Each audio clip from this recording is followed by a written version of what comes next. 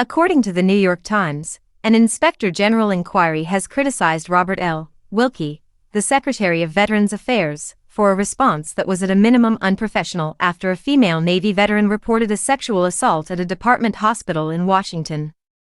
But the inquiry, according to a copy of the report made available on Thursday, did not determine that Mr. Wilkie had attempted to discredit the woman who filed the complaint or otherwise undermine her allegation by challenging her character or professionalism.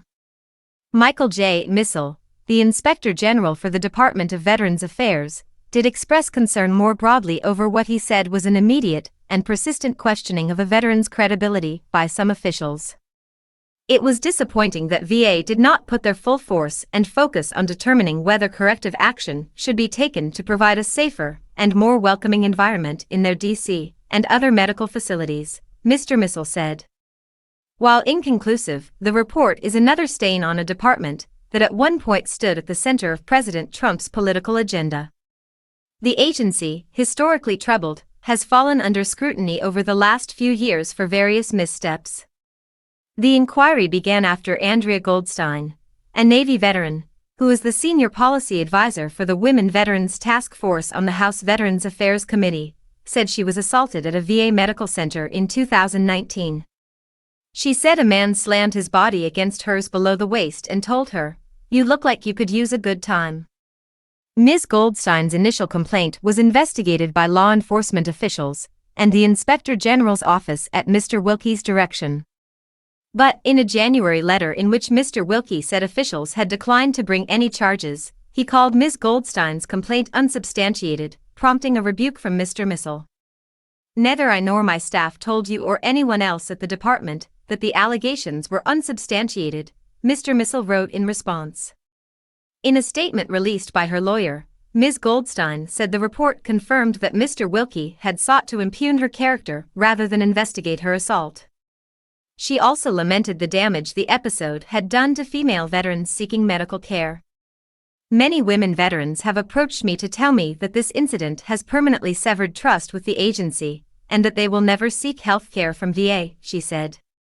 "I am hopeful that the next secretary will center and prioritize eradicating sexual violence at VA and actively work to gain women veterans' trust." In sworn testimony, Mr. Wilkie denied investigating Ms. Goldstein or questioning her credibility during the inquiry.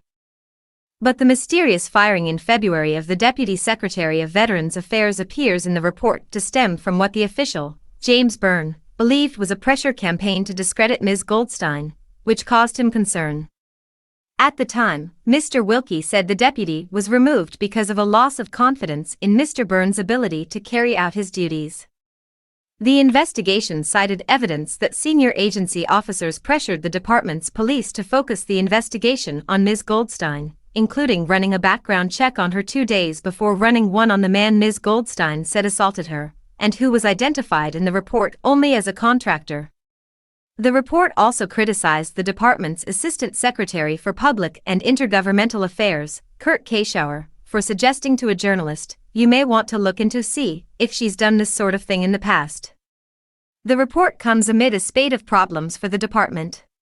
Last year, the Inspector General reported that a new office formed to protect whistleblowers often retaliated against them instead. And a crucial $16 billion overhaul of the Veterans Medical Records System was delayed amid technical and training problems.